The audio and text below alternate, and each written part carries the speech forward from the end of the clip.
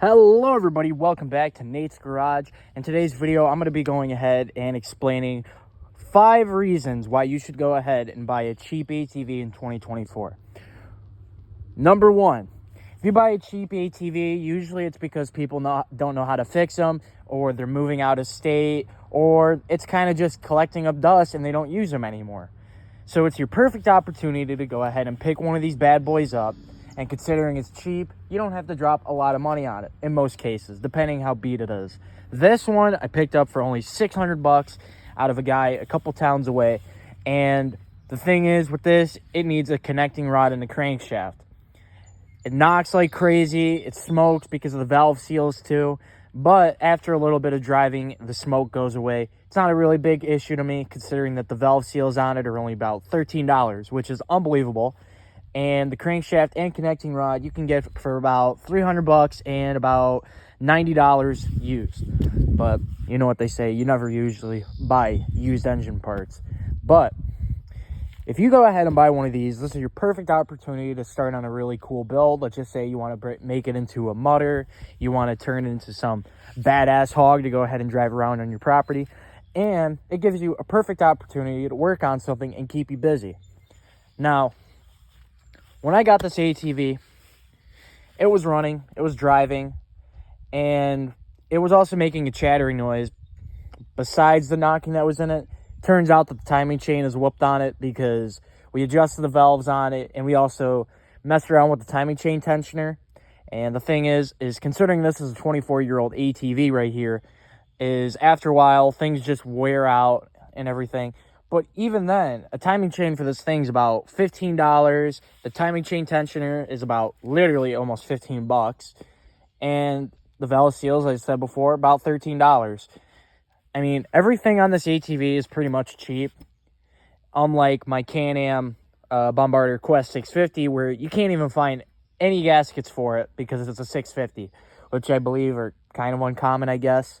Or it's also because of the fact that Can-Am likes to discontinue all their parts based on their age. Not only that, but this ATV, I spent zero money on it, all right? I just adjusted some things on it, and it just runs and drives perfect. And it has really, really good compression. So,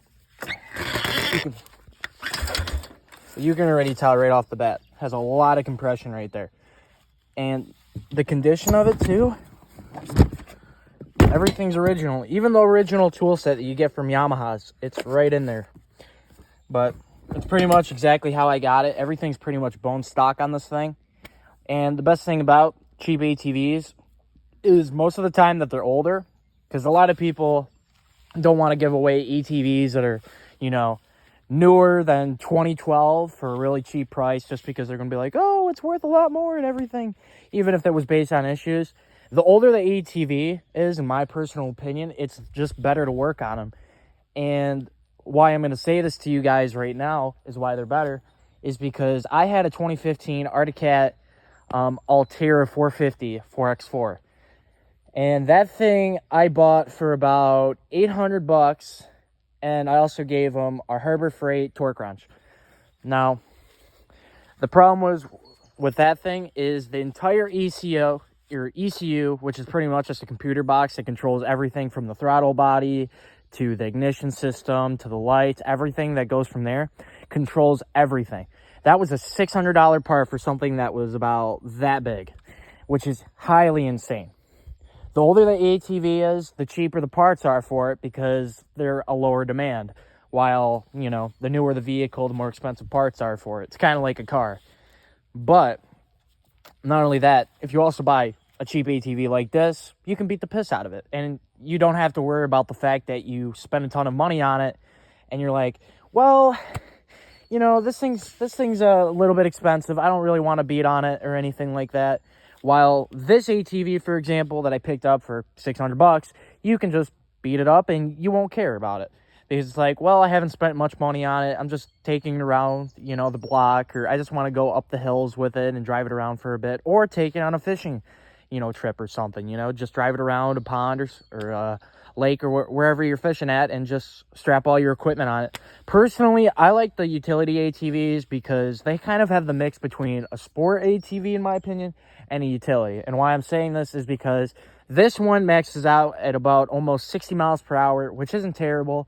And not only that, with most sport ATVs, they're not 4x4 or anything, so they won't go through as much stuff as a utility quad such as this one.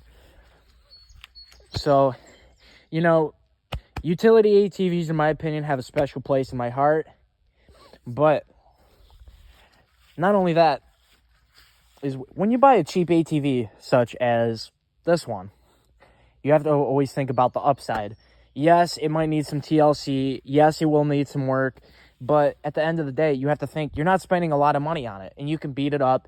You just do not care about the thing, Yes, it's going to be really, really nice and fancy. It's going to be your own little baby. But, you have to think of, you're not spending a lot of money on it. Another reason to go ahead and get a cheap ATV is just because they're really fun to mess around with. They really are. I'm telling you this. If you live out in the country like me, obviously, you're going to have to realize, you got to have something to go ahead and take you from point A to point B. And it's a cheap vehicle. I'm going to keep bringing it up because you got to understand. Everybody thinks that just because you want to have fun, it's going to be pricey. That's not true at all. I'm telling you, there are so many things that I have bought that have been extremely cheap. I bought an '06 Suzuki DRZ 125 for $100 from my friend's coworker. I'm telling you that. I cleaned it up and it ran mint. Cleaned the carburetor on it. I checked the engine, made sure it was good.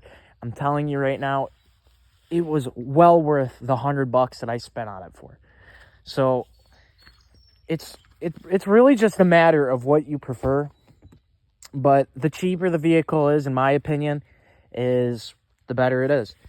Unless you buy a complete, terrible box. We'll put it that way. But, this ATV even comes with a winch, man. So, it's really, really cool. But I have almost everything for this ATV that it possibly needs.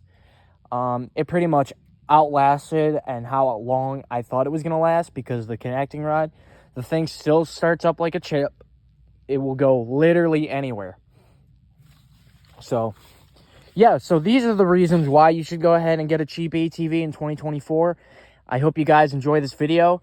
And I also want to just go ahead and say right off the bat, man, you live once, enjoy your life, and buy a cheap ATV. Hope you guys stay tuned to the rest of the videos I'll be making, and peace out.